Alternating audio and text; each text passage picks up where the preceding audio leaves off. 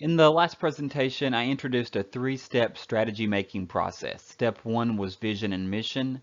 Step two was strategic and financial objectives in order to take our mission statement and convert it into trying to reach our vision by setting ourselves goals along the way. All right. And so now we're in step three, which is the actual formulation of strategy. But there's kind of an intermediate step in step three. Before we come up with a strategy, which we will get to, we have to assess where we are. And that's going to culminate in a SWOT analysis. So step three is going to involve the next 3 or 4 presentations. Um, and it's basically how to create your strategy for your small business. So it's an important, it's important that we really unpack this step. We're going to start in assessing the current situation with looking at the overall environment. And I introduced this in the presentation on opportunity evaluation, the idea that there's 2 levels of the environment: the general environment, which encompasses factors influencing all businesses to some extent in a society, but there's also the industry environment as well, and those are factors that impact a firm and all of its direct competitors. And we're gonna use Porter's 5 forces again for the industry environment. All right, so that's step one of this process, and that's going to be this presentation. In the next presentation, we'll look at internal analysis. How do we decide whether our skills and capabilities can give us a competitive advantage so that we can make a profit, both in the short term and the long term? So that's the next presentation. And then we'll put all that together with a SWOT analysis. And once we've conducted our SWOT analysis, then we're in a position where we can formulate a real strategy. All right, so let's start off by looking at the external environment. Okay, so let's start with the general environment. With the general environment, we're looking at those aspects of society that kind of touch everyone in some way or another, and that could potentially impact business. And we're specifically looking for things that are in flux. When we come back to this for the SWOT analysis, we're going to look at the elements and we're going to try to identify things that are changing that could potentially offer our company either opportunities or threats, right? And so the SWOT stands for strengths, weaknesses, opportunities, and threats. When we talk about the external environment, we're mostly talking about opportunities and threats. So I'm not going to run through all of these examples, but we've got 7 categories here. We've got the demographic segment, we've got the economic segment, the political legal segment, sociocultural, which is kind of broad, but it both encompasses kind of like sociological trends and values and changes in values, but also it even encompasses like preferences, like lifestyle and product preferences. All right. There's also a technological segment. There's the global segment, what's going on in the world economy, in national affairs as a whole, international affairs. And the sustainable physical environment is also important. Now, there is going to come an assignment where I ask you to list the things in the environment that are impacting your company.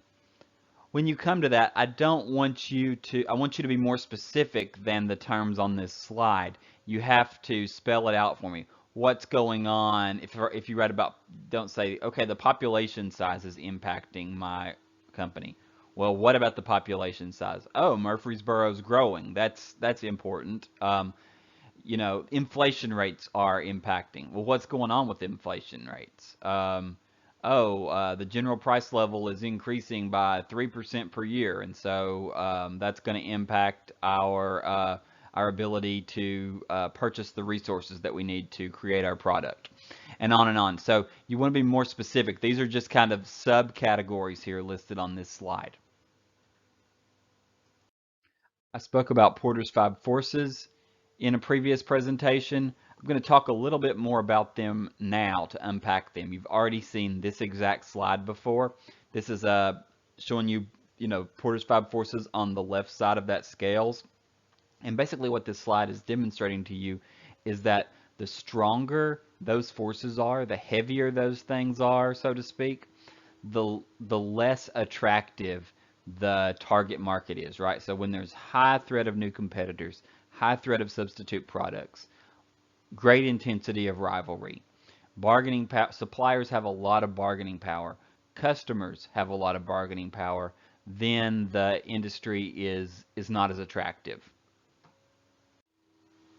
And at the risk of beating a dead horse, here is another visualization of Porter's five forces.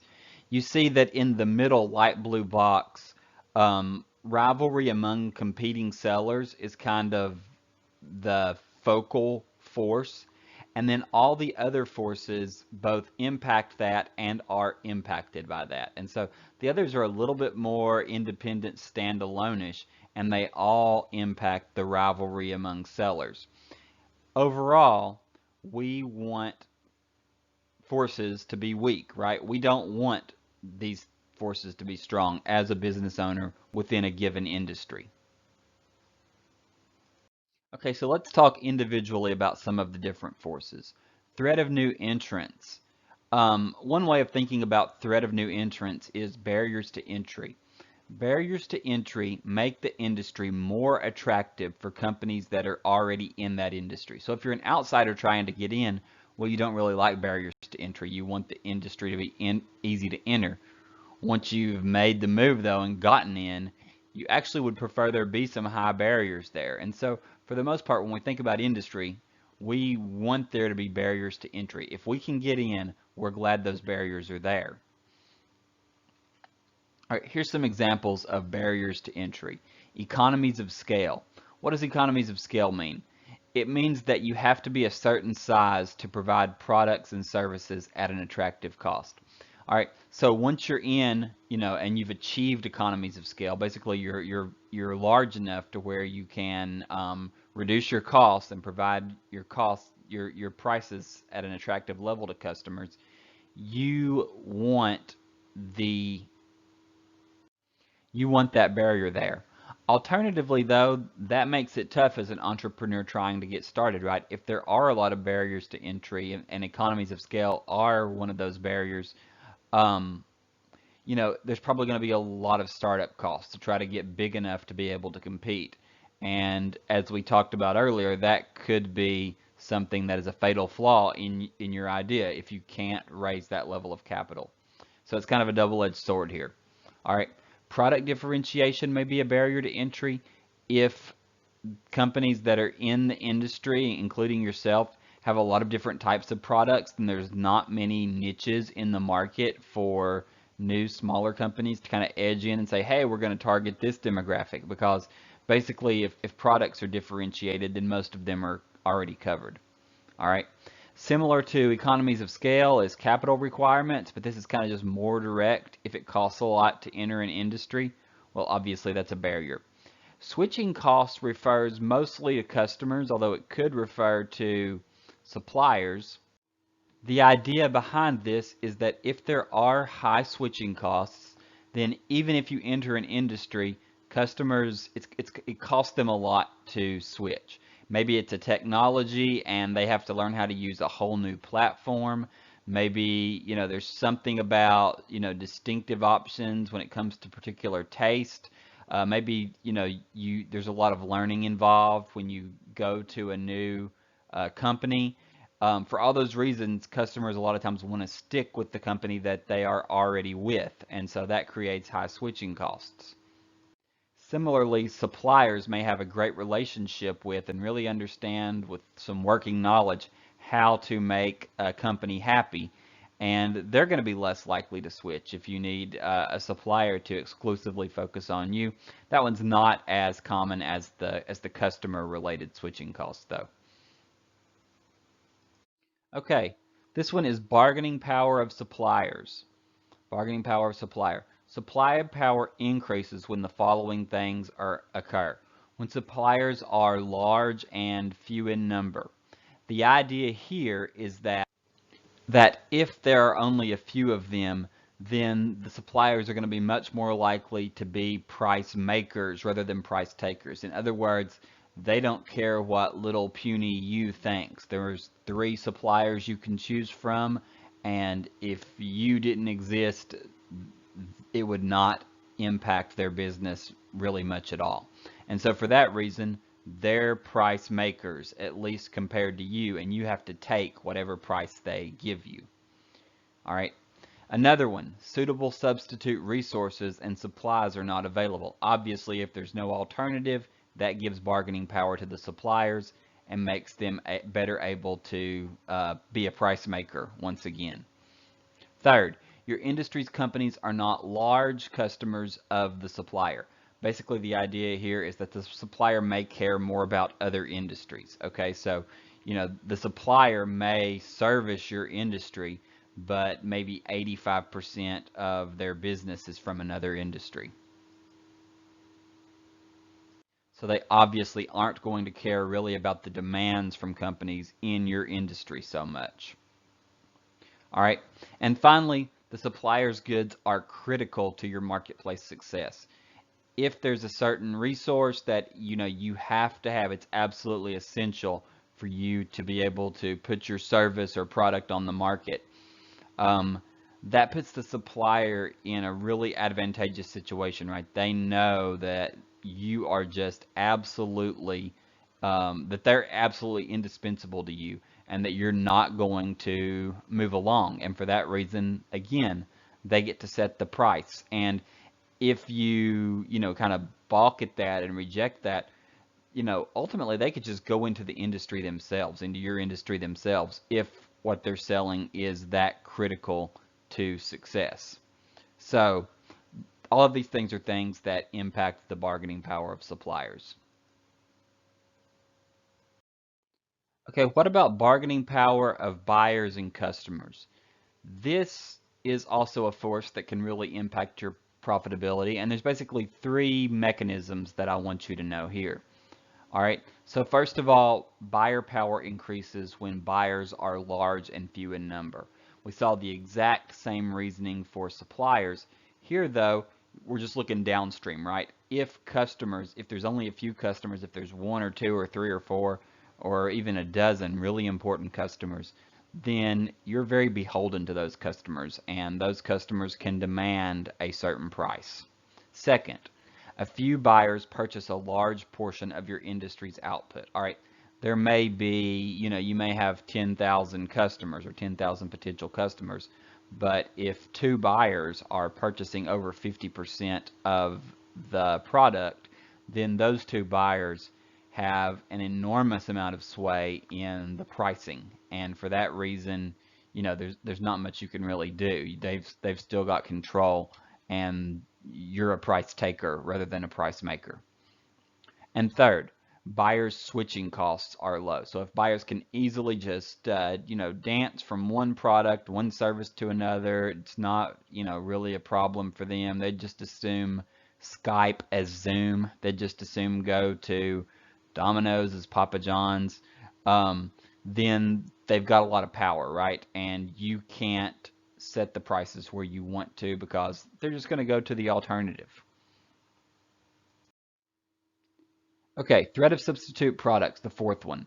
The threat of substitute products increases when either of the following two things occur. The substitute product's price is lower, or the substitute product's quality and performance are equal to or greater than what you're selling. So in either scenario, there is incentive for people to quit. So even in the second scenario, even if the other product is more expensive, but there's some wrinkle that makes it better in some way than what you're selling, that threat of substitutes is going to be there. This is really important for entrepreneurs. There's a couple of things you can do to combat this. You can differentiate products and services that are valued by customers. That helps reduce the threat. And then you can also have really good customer service. Differentiation. Let me define that for a second because you may not be familiar with that term.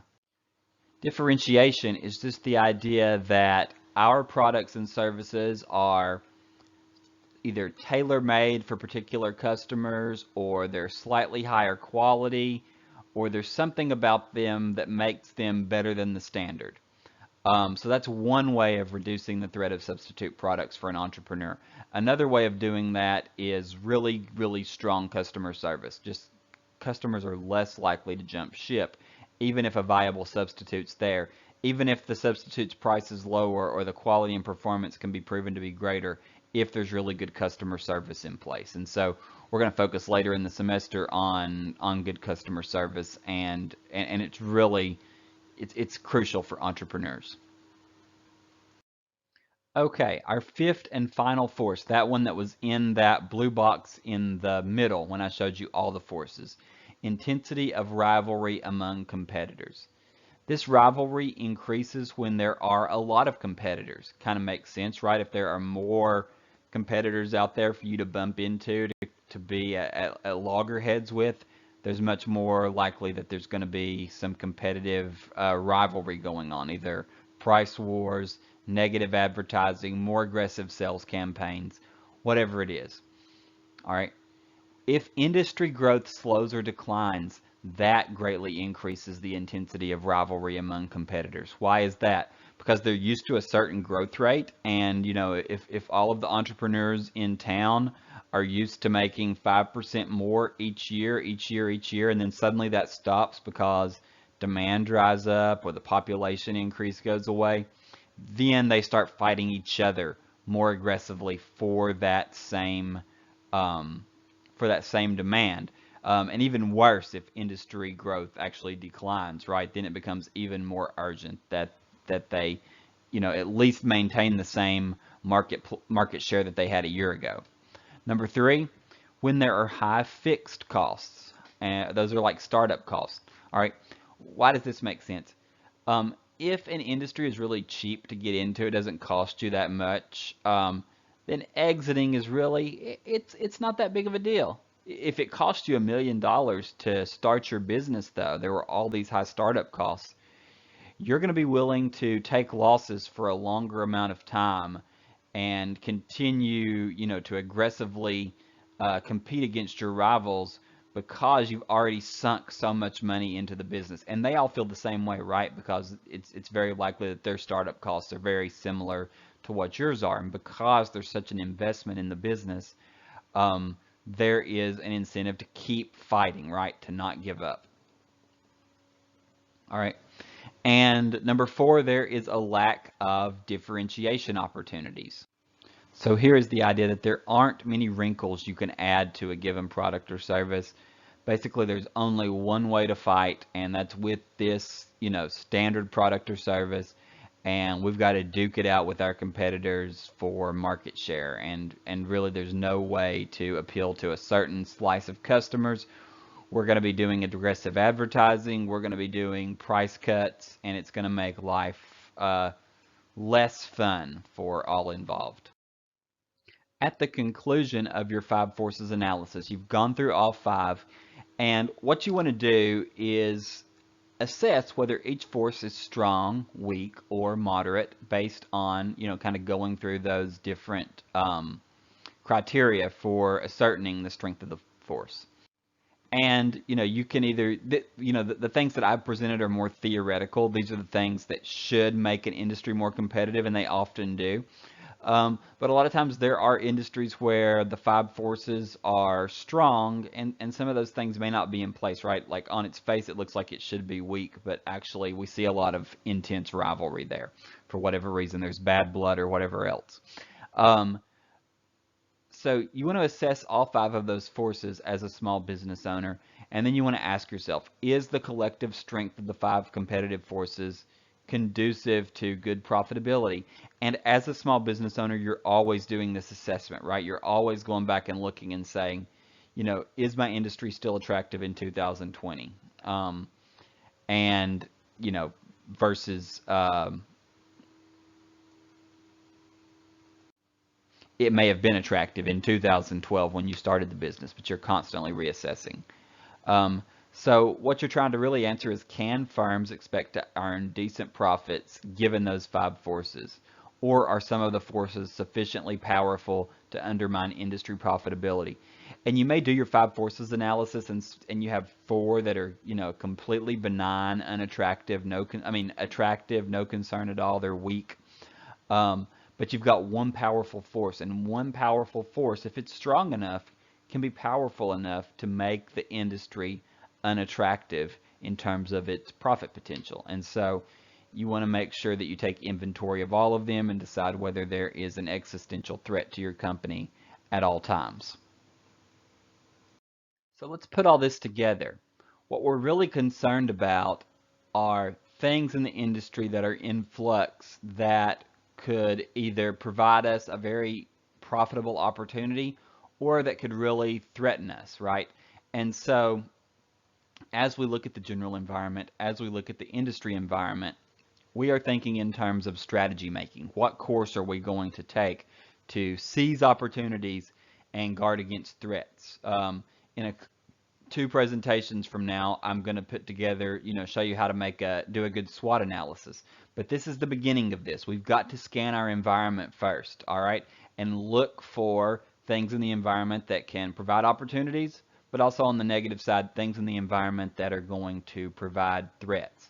Hopefully, the 2 frameworks that I've showed you, the overall framework for the general environment and then the Porter's 5 forces, give you the tools to find, to find those opportunities and threats, to make sure that you are complete with your environmental scan. So go ahead and read the definition of opportunity, read the definition of threat, and hopefully that helps you understand how important it is to really have a good awareness of your environment. And in a lot of cases, for a lot of small businesses, the environment's not in great flux. It's not in great change. But I can't think of any industries where it doesn't at least pay to look up every once in a while and look around and say, hey, what's going on in my industry? What's going on in the general environment? And obviously, COVID-19, it wasn't predicted by anybody. Nobody at the beginning of 2020 much. There were some prophets that were telling us what was going to happen, but really nobody in January of 2020 was going to say, most of the small businesses in the United States of America are going to be shut down for an extended period of time in 2020. That's really hard to see, but it does show you how susceptible we can be as small business owners to environmental change.